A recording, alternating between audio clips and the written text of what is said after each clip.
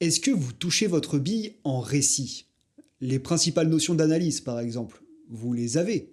Les plus grands auteurs français et leurs romans les plus célèbres, vous les connaissez. C'est ce que nous allons voir dans ce test de 10 questions sur le genre du récit. Première question, elle porte sur une notion d'analyse. Comment qualifie-t-on un narrateur qui connaît toutes les pensées d'un personnage?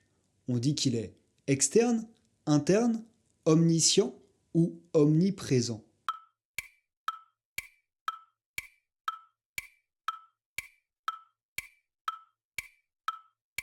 Un narrateur qui connaît toutes les pensées d'un seul personnage est interne. Le narrateur externe se contente de raconter les faits sans entrer dans la tête des personnages et le narrateur omniscient connaît tout de tous les personnages. Question 2.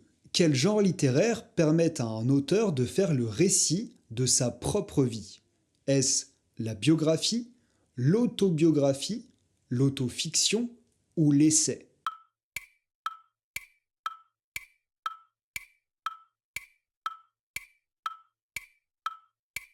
C'est l'autobiographie qui permet à un auteur d'écrire le récit de sa propre vie.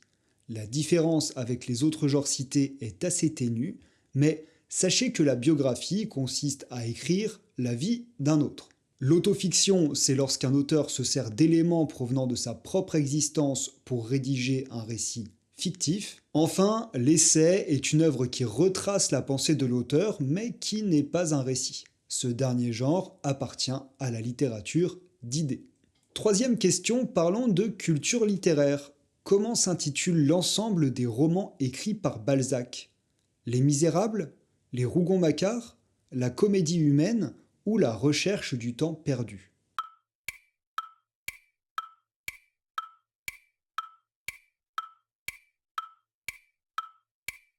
Balzac a regroupé la majeure partie de son œuvre sous le nom de la Comédie humaine.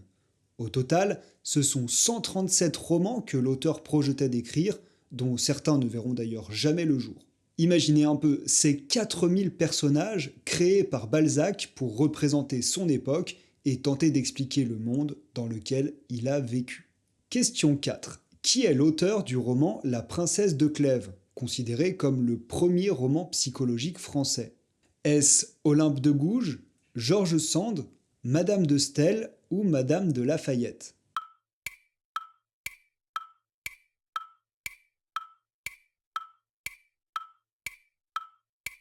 C'est Madame de Lafayette qui a écrit La Princesse de Clèves.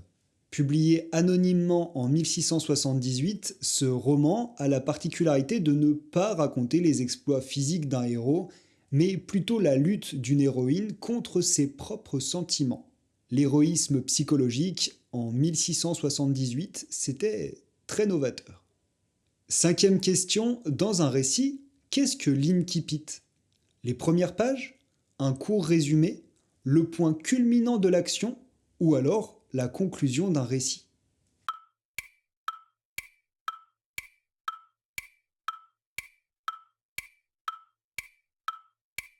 L'incipit, ce sont les premières pages d'un récit. L'incipit permet en général de présenter le personnage principal, mais aussi de poser le cadre spatio-temporel. En fait, il pose les bases du récit, nous permettant d'entrer paisiblement en tant que lecteur dans le monde que l'auteur a composé pour nous. Question 6. Parmi ces genres littéraires, lequel ne fait pas partie du grand genre du récit? La fable, la nouvelle, le conte ou la tragédie?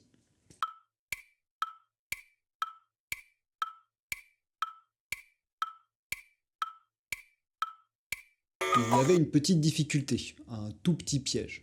C'est la tragédie qui ne fait pas partie des sous-genres du récit. Elle est plutôt liée au théâtre, comme vous le savez.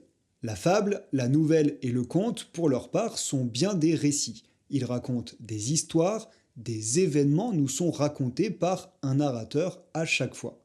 Le petit piège, c'était la fable, car souvent on confond fable et poésie. Ce genre littéraire, bien qu'il adopte une forme de poème, n'en demeure pas moins un récit.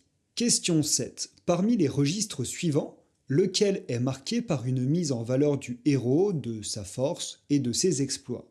Le registre merveilleux, le registre fantastique, le registre épique ou le registre lyrique.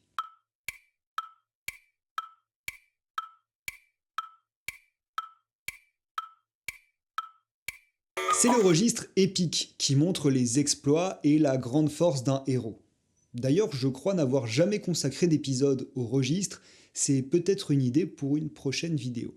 8e question, parmi ces personnages célèbres, lequel peut être qualifié d'anti-héros? Candide, Madame Bovary, Dracula ou Arsène Lupin?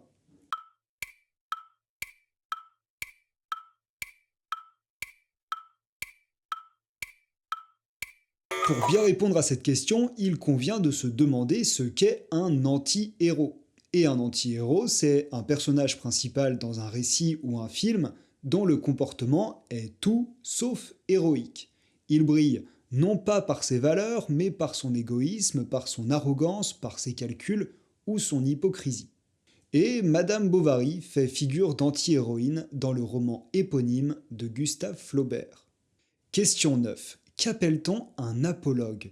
Un récit qui mène à une leçon de morale, qui recourt à l'imaginaire, qui est ancré dans la réalité ou qui dénonce et critique?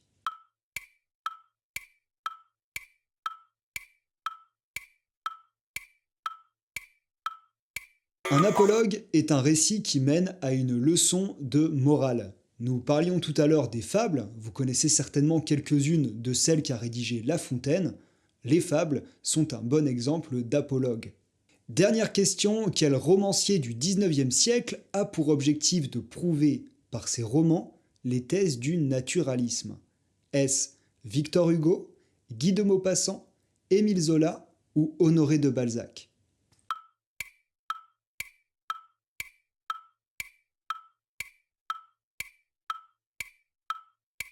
La bonne réponse, c'est Émile Zola. Il est le principal représentant du mouvement naturaliste qui a tout de même la prétention de prouver des thèses scientifiques par le biais d'œuvres de fiction. En l'occurrence, avec les Rougon-Macquart, Zola a souhaité prouver que nous ne sommes pas tout à fait libres, que l'homme, avec un grand H, quels que soient ses efforts, est déterminé par son environnement. Il a souhaité prouver qu'on ne peut pas échapper à son destin. Voilà, ce test est terminé, j'espère qu'il vous a permis d'apprendre quelques petites choses ou au moins de réviser des notions que vous maîtrisiez déjà en partie. N'hésitez pas à laisser votre score dans les commentaires, je vous dis à la prochaine et je vous souhaite une bonne journée.